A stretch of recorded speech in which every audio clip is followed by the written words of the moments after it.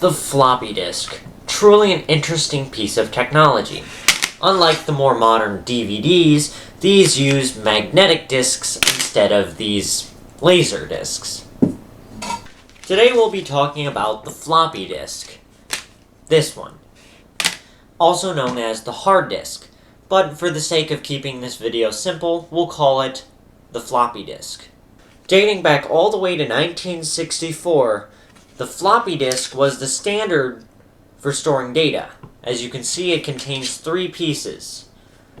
This disk, the shell, and the shutter, which I would call a metal shutter if it wasn't for the fact that they also make them out of plastic. I should note that the 3.5-inch floppy disk didn't come out in 1964. I'm just saying the technology came out in 1964. As you can see, I can touch this disk because it is corrupted. But I would advise you never to touch a working disk like this. Handle it with extreme caution. A lot of the floppy disk was mechanical, including the reader. Most parts on the reader were also mechanical. Let me demonstrate. You plug in a floppy disk to the reader.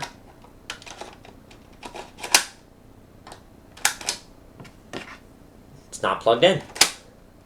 And this is why I say it's mostly mechanical. Because it is. There were two main versions of the 3.5-inch disk. The 720 kilobyte version and the 1.44 megabyte version. All of mine are 1.44 megabytes. You can tell because it has a bit of an extra hole right here that tells the reader that it's 1.44 megabytes. 720 kilobyte disks do not have this extra hole. I'd also advise you not drilling holes into 720 kilobyte disks. You'll see a lock at the bottom of the floppy disk right here. This is the write protection switch. It doesn't do squat if you decide to corrupt the disk. All it does is tell the reader that it's not supposed to write to this disk. The shutter of the disk prevents accidental damage to the disk contained within. Once inside the reader will open this disk so that it can read the contents within. There is a spring on the shutter that automatically pushes it back to its original position. In a way, you could say floppy disks are sort of like a hard drive if you removed the writer and replaced the platter with a thin disk that is so thin that it doesn't even stick to anything!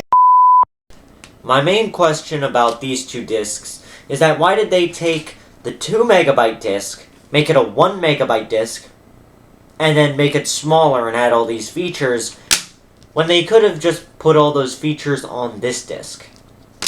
That's my main question here. If you have an answer, post it down in the comments. I'd be happy to hear.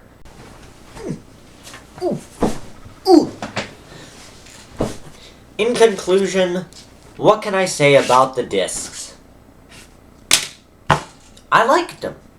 They were a very interesting concept, and they were so different from the storage that we use today. Everything's digital now.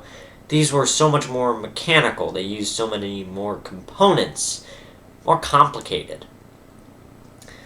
Do I think these could make a comeback? Nope. But it's an interesting thought. Tell me what you think in the comments. Oi! What are you still doing here? It's the end of the video. Bye-bye!